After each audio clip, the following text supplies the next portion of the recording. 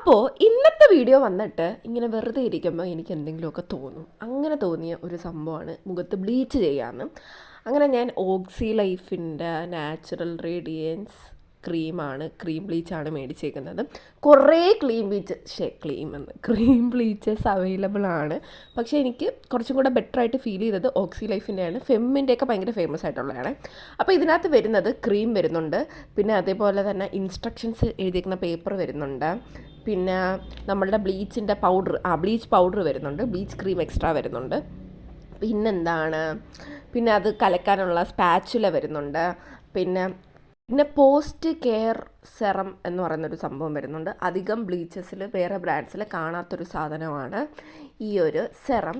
പിന്നെ ഇൻസ്ട്രക്ഷൻസൊക്കെ ഞാൻ മിക്കവാറും അല്ല, ഞാൻ വല്ലപ്പോഴൊക്കെ ഉപയോഗിക്കാറുള്ളതാണ് ഈ ബ്ലീച്ച്.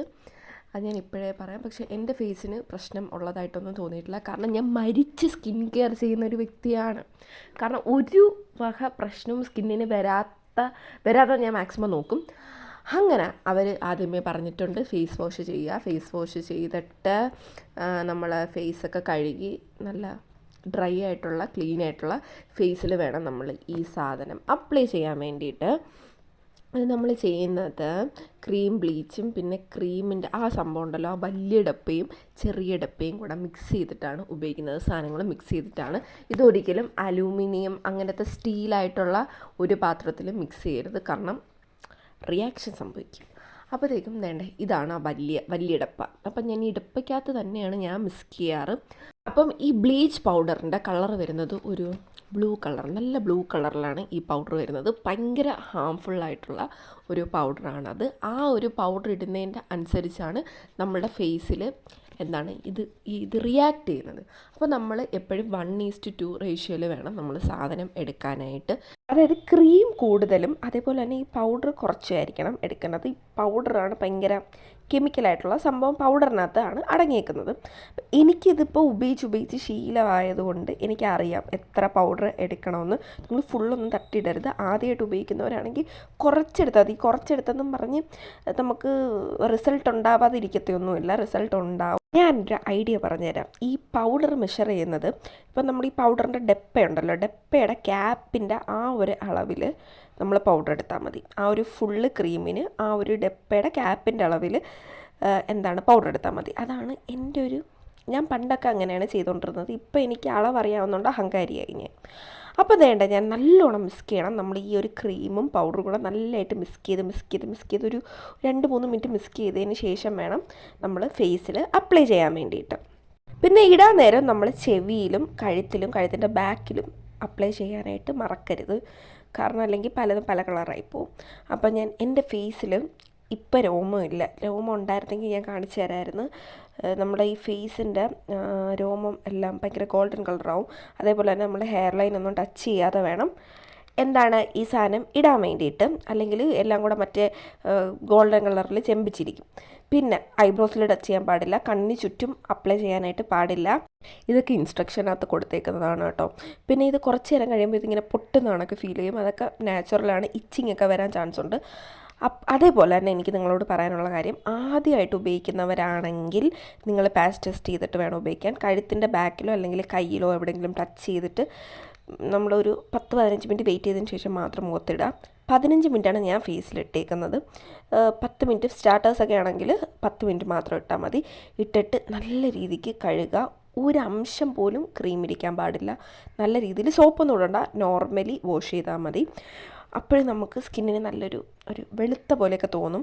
പിന്നെ ഇവർ ഓൾറെഡി പറഞ്ഞിട്ടുണ്ട് നമ്മൾ സൺ ടാൻ മാറ്റി, ഈ പിഗ്മെൻറ്റേഷനൊക്കെ മാറ്റി, ഡൾനെസ്സൊക്കെ മാറ്റും എന്നൊക്കെ. പിന്നെ മുഖത്ത് എന്തെങ്കിലും മുറിവോ കുരുപ്പോ അങ്ങനെ കുരു വന്നിട്ട് പൊട്ടിയിട്ടുള്ളതോ അല്ലെങ്കിൽ കുരു ഉണ്ടെങ്കിൽ നമ്മൾ അവിടെയൊന്നും ഇടാൻ പാടില്ല. കാരണം ഇത് ഭയങ്കര കെമിക്കലായിട്ടുള്ള സാധനമാണ്. പിന്നെ നമ്മൾ ഇട്ടതിന് ശേഷം നമ്മൾ ഈ 15 മിനിറ്റ് കഴിഞ്ഞ് കഴുകി കളഞ്ഞതിന് ശേഷം നല്ല രീതിയിൽ സ്കിൻ കെയർ ചെയ്യുക. പിന്നെ ഞാൻ ബ്ലീച്ച് കഴിഞ്ഞിട്ട് ഐസ് ക്യൂബ് വെച്ച് റബ്ബ് ചെയ്യാറുണ്ട്. കാരണം സ്കിന്ന് നല്ല ഇറിറ്റേറ്റഡ് ആയിട്ടിരിക്കുന്ന സമയമാണിത്. അപ്പോൾ നമ്മൾ സ്കിന്ന് കുറച്ചും കൂടെ കാമാവാൻ കാമാവാൻ വേണ്ടിയിട്ട് ഐസ് സ്ക്രബല്ല ഐസ് വെച്ച് റബ്ബ് ചെയ്യുന്നത് നല്ലതായിരിക്കും. ഞാൻ ഫ്ലാക്സ് സീഡിൻ്റെ ജെല്ല് നിറച്ച് വെച്ചിട്ടുണ്ട് ഓൾറെഡി. ഞാൻ എപ്പോഴും ഇങ്ങനെ എപ്പോഴും അത് രാവിലെയും വൈകുന്നേരവും എല്ലാ ദിവസവും ഞാൻ ഐസ് റബ്ബ് ചെയ്യാറുണ്ട്. അപ്പോൾ ഞാൻ ഫ്ലാക്സ് സീഡിൻ്റെ ജെല്ലിൻ്റെ ഐസാണ് റബ്ബ് ചെയ്യാറ്. അങ്ങനെ ആയതുകൊണ്ട് മാത്രം ഞാൻ എടുത്തിപ്പോൾ ചെയ്തതേ ഉള്ളൂ. ഇല്ലെങ്കിൽ നിങ്ങൾക്ക് നോർമൽ ഐസിൻ്റെ ക്യൂബ് വെച്ചിട്ട് ചെയ്യാം, വാട്ടറിൻ്റെ ക്യൂബ് വെച്ചിട്ട് ചെയ്യാം. ഇത് ചെയ്യുമ്പോൾ ഒരു സുഖമാണ് നമുക്ക്. ഓക്കെ, അത് കഴിഞ്ഞിട്ട് നല്ല രീതിക്ക് നമ്മൾ സ്കിന്ന് എന്താണ് ചെയ്യേണ്ടത്, സ്കിൻ കെയർ ചെയ്യണം. പിന്നെ നമ്മൾ ഒരു 5 മണിക്കൂറത്തേക്ക് നമ്മളെ ഫേസിൽ സോപ്പൊന്നും തേക്കാൻ പാടില്ല. നോർമൽ കടലമാവോ അല്ലെങ്കിൽ പയറ് പൊടിയോ ഒക്കെ വെച്ചിട്ട് കഴുകി കളഞ്ഞാൽ മതി. ഇല്ലെങ്കിൽ നമ്മൾ നോർമൽ പ്ലെയിൻ വാട്ടർ വെച്ചിട്ട് കഴുകി കളഞ്ഞാലും മതി. പിന്നെന്താണ് നല്ല രീതിയിൽ സ്കിൻ കെയർ ചെയ്യുക. പുറത്തോട്ട് ഇറങ്ങുന്നതിനെ പറ്റി ചിന്തിക്കുക പോലും ചെയ്യരുത്. കാരണം സൺലൈറ്റ് ഒരു തുള്ളി പോലും നമ്മളുടെ ഫേസിൽ അടിക്കാൻ പാടില്ല. അത് ഭയങ്കര മാൻഡേറ്ററി ആയിട്ടുള്ളൊരു സാധനമാണ്. ഇത് പുറത്തിറങ്ങി കഴിഞ്ഞാൽ നേരെ ഓപ്പോസിറ്റ് ആയിട്ടുള്ള റിയാക്ഷൻ ആയിരിക്കും സംഭവിക്കുന്നത്. ഫുള്ള് പിഗ്മെൻറ്റേഷൻ വന്ന് മുഖം നാശമാവാൻ ചാൻസ് ഉണ്ട്. അതുകൊണ്ട് മിനിമം ഞാനൊക്കെ ഇപ്പം ഫ്രൈഡേ ചെയ്ത് കഴിഞ്ഞാൽ 2 ദിവസം വീക്കെൻഡ് ആണല്ലോ, അപ്പോൾ ഞാൻ വീട്ടിൽ തന്നെ ആയിരിക്കും. അപ്പോൾ ഞാൻ നോർമലി ഫ്രൈഡേ വൈകുന്നേരമൊക്കെയാണ് ചെയ്യാറ്. പിന്നെ ഇത് രാത്രി ചെയ്യാൻ ശ്രമിക്കുക. ഞാനിപ്പോൾ പകലാണ് ചെയ്തേക്കുന്നത്. ഞാൻ വീട്ടിൻ്റെ പുറത്തങ്ങനെ ഇറങ്ങാറില്ല, അതുകൊണ്ടാണ് ഞാൻ പകൽ ചെയ്തേക്കുന്നത്.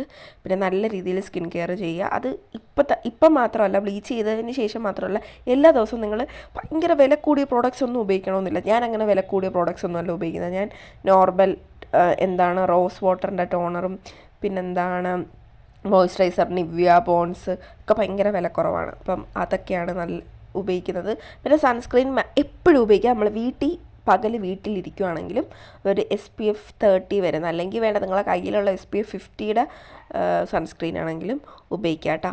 പിന്നെ ഞാനിപ്പം ബ്ലീച്ച് ചെയ്തേക്കുന്നതുകൊണ്ട് അവർ തന്ന തന്നെ അതിൻ്റെ അകത്ത് തന്നെ മറ്റേ സെറം ഉണ്ടായിരുന്നല്ലോ, അത് ഞാൻ ടോണർ യൂസ് ചെയ്യുന്നുണ്ട്. നല്ല നല്ല മണമാണ് ഈ ഒരു സെറത്തിൽ. പക്ഷേ ഇവർ ചെയ്യുന്ന നല്ല കാര്യമാണ്. കാരണം സ്കിൻ ഇത്ര ഇറിറ്റേറ്റഡ് ആയിട്ടിരിക്കുമ്പം നമ്മൾ ഈ ഒരു സെറം തേക്കുന്നത് നല്ലതാണ്. നല്ല മണമാണ് കേട്ടോ.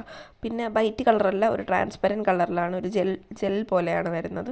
അടിപൊളിയാണ് കേട്ടോ. പിന്നെ ഇത് കൊച്ചു പിള്ളേരൊന്നും ഉപയോഗിക്കില്ല എൻ്റെ പൊന്നുമക്കളെ. വലുതാകുമ്പോൾ നിങ്ങൾക്ക് തൊലി കാണത്തില്ല. ഇതൊരു 20 വയസ്സ് കഴിഞ്ഞിട്ടുള്ളവർ തേച്ചാൽ മതി, അതായിരിക്കും നല്ലത്.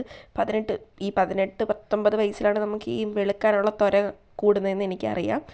പക്ഷെ നിങ്ങൾ ചെയ്യരുത്. നിങ്ങൾ സ്കിൻ കെയർ മാത്രം ചെയ്താൽ മതി. അല്ലാതെ നിങ്ങൾ ഈ ബ്ലീച്ചൊന്നും വാരി തേക്കില്ല. നിങ്ങളെ വീട്ടുകാരെന്നെ എൻ്റെ വീട്ടിൽ വന്ന് തന്നെ അടിക്കും. കാരണം അത്ര കെമിക്കലാണ് ഇത്. ഒന്നും കൊച്ചു പിള്ളേരൊന്നും മുഖത്ത് തേക്കരുത്. ഞാൻ ഈ സ്കൂളിൽ പഠിക്കുന്ന സമയത്തൊക്കെ സൺസ്ക്രീനൊന്നും ഉപയോഗിക്കത്തില്ലായിരുന്നു. ഞാൻ കോളേജിൽ കയറി 1 വർഷം കഴിഞ്ഞിട്ടെങ്ങാണ്ടാണ് ഞാൻ സൺസ്ക്രീനൊക്കെ ഉപയോഗിച്ച് തുടങ്ങിയത്. അതിൻ്റെ എല്ലാ ദോഷവും എൻ്റെ മുഖത്ത് ഉണ്ട്. അപ്പം ഒരു ചേച്ചി എന്നുള്ള നിലയ്ക്ക് എനിക്ക് നിങ്ങളോട് പറയാനുള്ളത്, മോയ്സ്ചറൈസറും സൺസ്ക്രീനും കമ്പൽസറി ആയിട്ട് ഉപയോഗിക്കുക. നിങ്ങളുടെ സ്കിൻ അടിപൊളിയാവും. ഒരു 20 വയസ്സൊക്കെ ആകുമ്പോൾ അടിപൊളിയാവും. പിഗ്മെൻറ്റേഷൻ ഒന്നും കാണത്തില്ല. ഇന്നലെ കൂടെ എൻ്റെ അമ്മ പറഞ്ഞതേ ഉള്ളൂ, സൺസ്ക്രീൻ പണ്ട് ഉപയോഗിച്ചിരുന്നെങ്കിൽ ഇപ്പം നിൻ്റെ സ്കിൻ എന്ത് അടിപൊളിയായിരുന്നേനൊന്ന്. അന്ന് എനിക്ക് പറഞ്ഞു തരാൻ ആരും ഇല്ലായിരുന്നു. എൻ്റെ അമ്മയ്ക്ക് അതിനെപ്പറ്റി അറിയത്തില്ലായിരുന്നു. എൻ്റെ മക്കൾക്കൊക്കെ ഞാൻ തേച്ച് കൊടുക്കും. എല്ലാം ഞാൻ ജനിക്കുമ്പോഴേ സൺസ്ക്രീൻ തേച്ച് കൊടുക്കും. കാരണം അത്ര നല്ലതാണ് സൺസ്ക്രീൻ. അതുകൊണ്ട് നിങ്ങളെല്ലാവരും സൺസ്ക്രീൻ ഉപയോഗിക്കുക. മസ്റ്റായിട്ട് മോയ്സ്ചറൈസർ. ഇപ്പം ഓയിലി സ്കിന്നുള്ളവരും സൺസ്ക്രീൻ ഉപയോഗിക്കുക കേട്ടോ. അത്രയേ ഉള്ളൂ എനിക്ക് പറയാനായിട്ട്. പിന്നെ എൻ്റെ സ്കിന്ന് ഭയങ്കരമായിട്ട് മാറിയത് ഞാൻ നന്നായിട്ട് വെള്ളം കുടിച്ച് തുടങ്ങിയതിന് ശേഷമാണ്. പറഞ്ഞ് വിശ്വസിക്കില്ല, എൻ്റെ പണ്ടത്തെ കോലം നിങ്ങൾ കണ്ടിട്ടില്ല. എൻ്റെ പണ്ടത്തെ കോലം കാണണം. അതിൽ നിന്ന് മച്ച് ബെറ്റർ ആയത്. ഞാൻ നന്നായിട്ട് വെള്ളം കുടിക്കും. അതേപോലെ തന്നെ നല്ല വെജിറ്റബിൾസ് കഴിച്ചു തുടങ്ങി. സീരിയസ്ലി പുറമേ തേക്കുന്നതല്ല, നമ്മൾ അകത്ത് എന്താണോ കഴിക്കുന്നത് അതാണ് റിഫ്ലക്റ്റ് ചെയ്യുന്നത്. നമ്മൾ പുറമേ തേക്കുന്നതിനേക്കാളും റിഫ്ലക്റ്റ് ചെയ്യുന്നത് നമ്മൾ കഴിക്കുന്നതും നമ്മൾ കുടിക്കുന്നതുമായിട്ടുള്ള സാധനങ്ങളാണ്. അപ്പോൾ നിങ്ങൾ നന്നായിട്ട് വെള്ളം കുടിക്കുക. അപ്പോൾ ഞാൻ പറഞ്ഞു വരുന്നത് എന്താണെന്ന് നിങ്ങൾക്ക് മനസ്സിലായോ? ഈ ബ്ലീച്ചൊന്നും തേക്കേണ്ട ആവശ്യമില്ല. ഈ വലിയ ആൾക്കാർ, അതായത് 20 വയസ്സിന് മുകളിലുള്ളവർ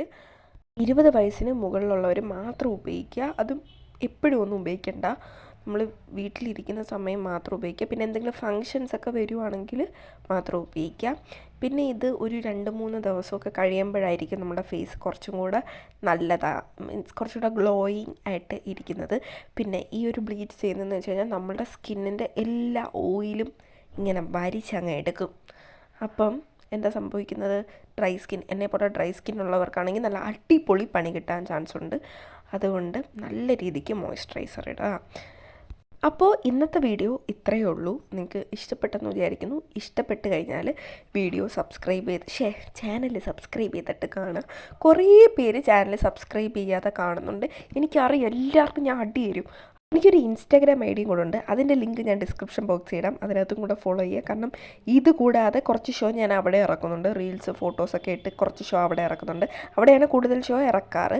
പിന്നെന്താണ്, നിങ്ങളെല്ലാവരും കമൻറ്റ് ചെയ്യുക. എനിക്ക് നിങ്ങളെ കമൻറ്റ് വായിക്കാൻ ഭയങ്കര ഇഷ്ടമാണ്. എന്ത് ഇഷ്ടമാണെന്നറിയാമോ? എനിക്ക് ഭയങ്കര ഇഷ്ടമാണ് നിങ്ങളെ കമൻറ്റ് ഇങ്ങനെ ഇരുന്ന് വായിക്കാനായിട്ട്. അങ്ങനെ കൊട്ടക്കണക്കിന് കമൻറ്റൊന്നും വരാറില്ല. എന്നാലും ഞാൻ പറയുകയാണ്, ഇടുക. നിങ്ങളെല്ലാവരും കാണുന്നവരെല്ലാം ഒന്ന് കമൻറ്റ് ചെയ്യുക. അതേപോലെ തന്നെ എന്താണ്, അപ്പോൾ ഇത്രയൊക്കെ ഉള്ളൂ എനിക്ക് പറയാനായിട്ട്. അപ്പോൾ ഇന്നത്തെ വീഡിയോ ഇഷ്ടപ്പെട്ടെന്ന് വിചാരിക്കുന്നു. അപ്പോൾ ശരി, ബായ്.